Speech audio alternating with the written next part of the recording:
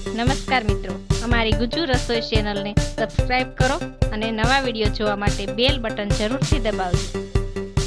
અને વિડીયો પસંદ આવે તો લાઈક અને શેર કરવાનું ના ભૂલતા.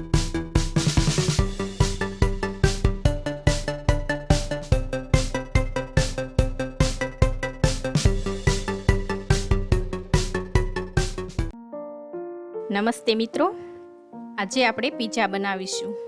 તો આપણને પીઝામાં જોશે, મેં 2 પીઝાના રોટલા લીધા છે, 250 ગ્રામ ગાજર જે મેં ખમણી લીધું છે, આદુ મરચાં ક્રશ કરેલા, 2 ટમેટાં મેં ઝીણા કાપી લીધા છે, 250 ગ્રામ કોબી એ મેં પણ ખમણી લીધી છે, 1 કેપ્સિકમ મરચું જે કટકી કરી લીધી છે, 2 કાંદા એને પણ મેં ઝીણા કટકા કરી લીધા છે,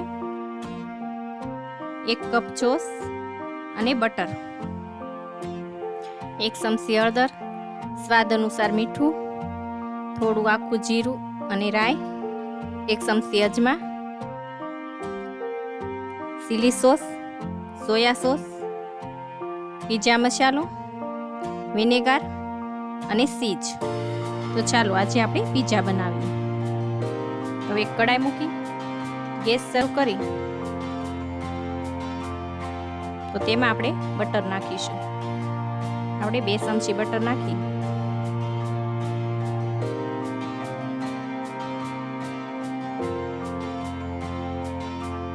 બટર ગરમ થાય એટલે આપણે જીરું રાઈ નાખીશું અને તેમાં હળદર નાખી દઈશું. પછી આપણે તેમાં ગાજર નાખી દઈશું. પછી તેમાં કોબી નાખી દઈશું અને બરાબર બધું મિક્સ કરી દઈશું. ગેસ ધીમો રાખીશું.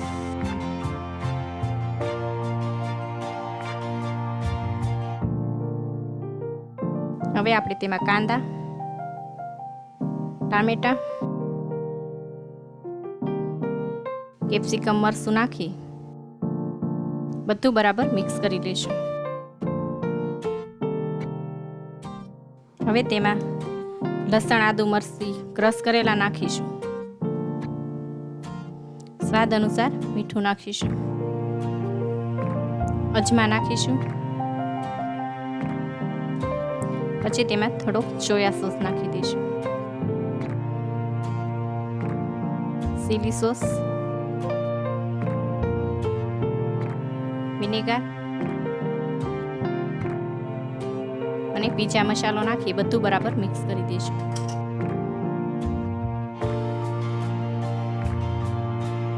આ રીતે થોડીક વાર સળવા દઈશું.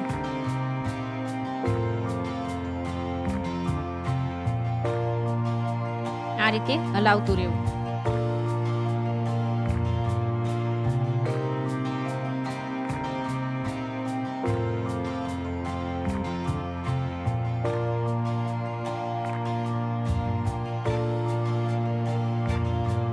થોડુંક વધારે તીખું કરવું હોય તો થોડાક આદુ મરચું નાખવું. જો તમે તીખું વધારે ન ખાતા હોય મીડિયમ નાખો.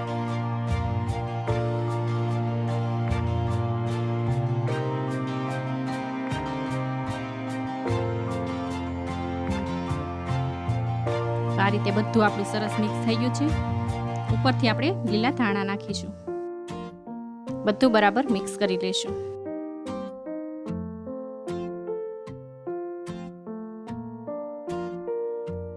હવે આપણે તેને સાઈડમાં રાખી દઈશું. મેં આ રીતે એક ઢોસાની લોટી લઈ તેને ગરમ કરવા મૂકવી. આ રીતે લોટી ગરમ થાય એટલે આપણે પેલા રોટલા શેકી લેવાના છે.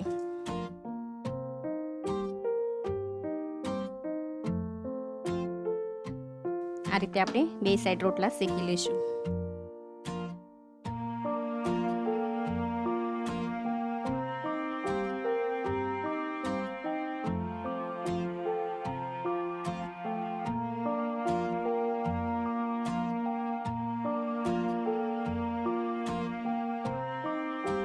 આ રીતે મેં રોટલો શેકી લીધો છે. એ જ રીતે હું બીજો રોટલો પણ શેકી લઈશ.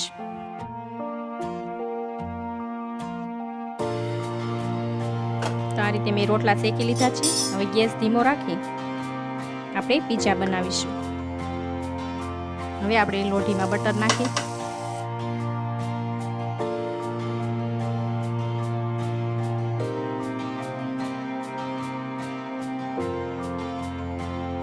એટલે આપણે તેમાં રોટલો મૂકી દેવો.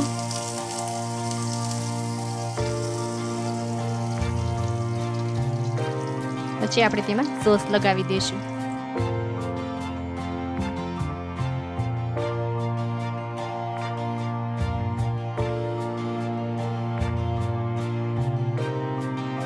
પછી આપણે તેમાં મસાલો નાખીશું.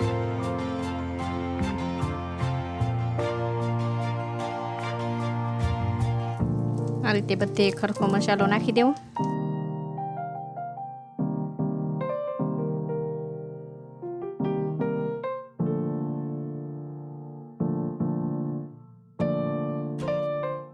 ઉપરથી આપણે થોડુંક ચીઝ નાખી દઈશું.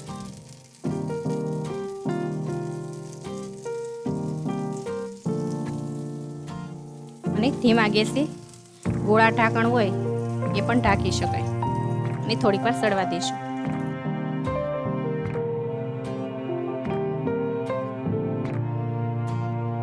તો થોડી વાર થઈ ગઈ છે, આપણે શેક કરી લઈશું. તો આપણો રોટલો સરસ નીચે શેકાઈ ગયો છે.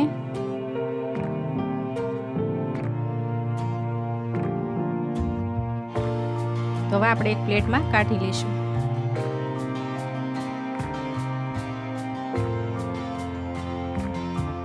તો હવે આપણે ઉપરથી સોસ નાખીશું.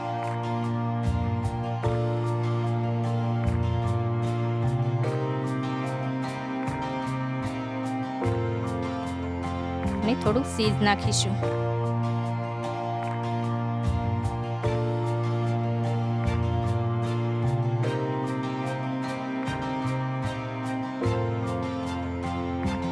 હવે આપણે તેના પીસ પાડીશું.